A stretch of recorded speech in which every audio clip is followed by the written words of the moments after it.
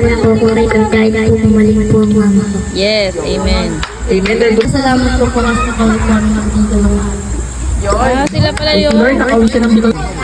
Maraming salamat po dahil hindi kami pinapabayaan at binigyan kami ng magandang buhay. Thank you Lord kasi nalagpasan ko po yung problema ko. Amen. Galatians chapter 5 verse 22 to 23. Subalit ang buwan ng Espiritu ay pag-ibig, kagalakan, kapayapaan, pagtataga, kabutihan, kabaitan, at tapatan, kainaunan, pagpipigil sa sarili, walang batas dapat. 84 sa buhok ni Lord. Go. Galatians chapter 5 verse 22 to 23. Subalit ang bunga ng Espiritu ay pag-ibig, kagalakan, kapayapaan, pagtataga, kabaitan, kabutihan, kabutihan, kabaitan. Alam yun. K4. Diba K4 yun? Pag-ibig, kagalakan, kapayapaan. Ano yung K4?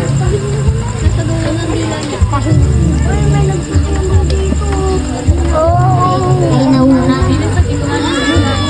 Tigil sa sarili, walang batas laban sa 20 points. taga kayo hanggang sa dulo para maging perfect, kompleto at walang kahit anong kulang. Amen. At hanggang wakas upang maging ganap at walang ulam. Pagkukulang ka.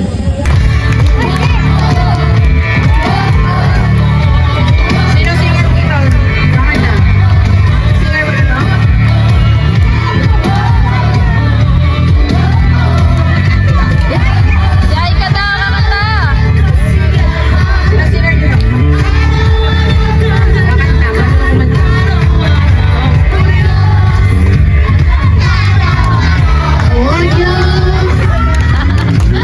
No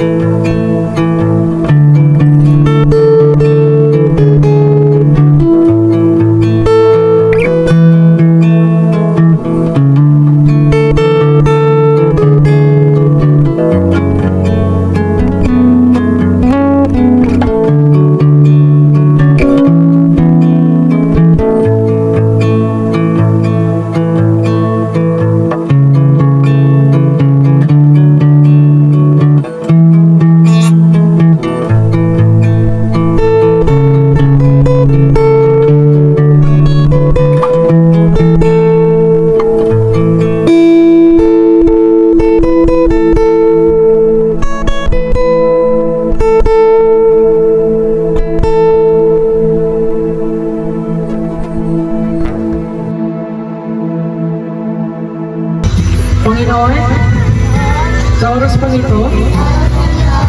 Ako ay naniniwala na ikaw ay muling ay namatay at nabuhay para sa akin.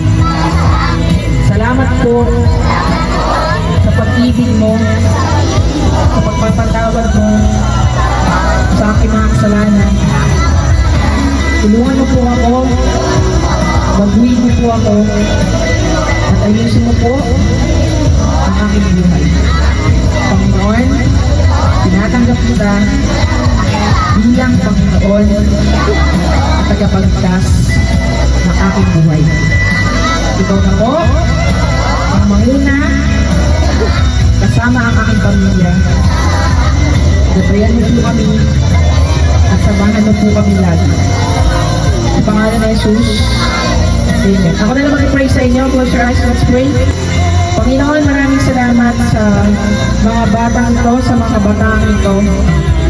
Hindi ko alam kung ano yung sitwasyon nila kapag mag-isa sila.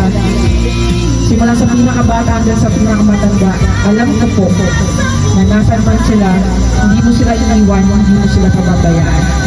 Dumating man yung oras na hindi na kami magkakasama-sama, salamat kasi lagi nilang maaalala yung pag-ibig ni Jesus na kahit kailan hindi mawawala dahil ikaw ay nagmamahal sa kanila hanggang sa dulo, Panginoon. Salamat, Lord. Lagi mo silang gabayan, lagi mo silang samahan, at huwag mo silang papabayaan. Matupad nawa nila ang kanilang pangarap kasama ka.